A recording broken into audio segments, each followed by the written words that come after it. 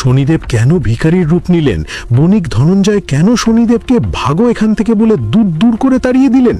মহাকাশের নীল সিংহাসনে বসে কর্মফলদাতা শনিদেব মর্তের দিকে দৃষ্টিপাত করলেন। তার হাতে থাকা কর্মফলের খাতায় ধরা পড়ল বণিক ধনঞ্জয়ের নাম। প্রচুর ধনসম্পদের লোভে ধনঞ্জয় অন্ধ হয়ে গরিবদের ওপর অত্যাচার শুরু করেছে। শনিদেব স্থির করলেন, আজ তিনি নিজেই মর্তে গিয়ে এই অহংকারের বিচার করবেন। তার বাহন কাকের পিঠে চড়ে শনিদেব এক বৃদ্ধ ভিক্ষুকের বেশে ধনঞ্জয়ের প্রাসাদে উপস্থিত হলেন। তিনি বিনীতভাবে বললেন, বাবা, আমি তৃষ্ণার্ত, সামান্য জল ও খাদ্য দিয়ে সাহায্য করবে? ধনঞ্জয় ক্রোধে চিৎকার করে উঠল, আমার সময় নষ্ট করো না, ভিক্ষা দেওয়ার মতো সম্পদ আমার নেই, ভাগো এখান থেকে।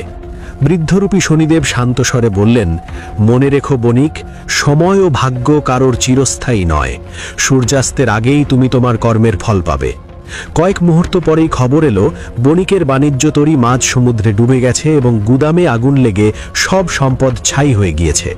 যে স্বর্ণমুদ্রা ধনঞ্জয় আঁকড়ে ধরেছিল তা চোখের নিমেষে সাধারণ পাথরে পরিণত হলো।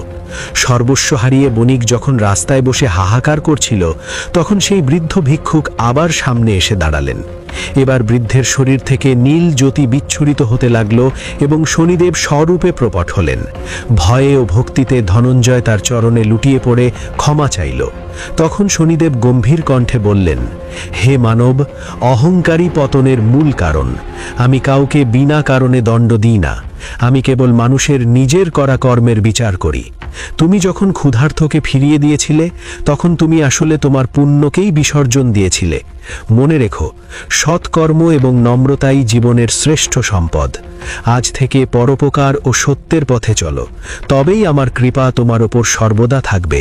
শনিদেবের এই কথা শুনে বণিক তার ভুল বুঝতে পারল এবং বাকি জীবন সে মানুষের সেবায় অতিবাহিত করার সংকল্প নিল। শনিদেবের বক্র দৃষ্টি থেকে রক্ষা পেতে জীবনে সৎকর্ম করুন।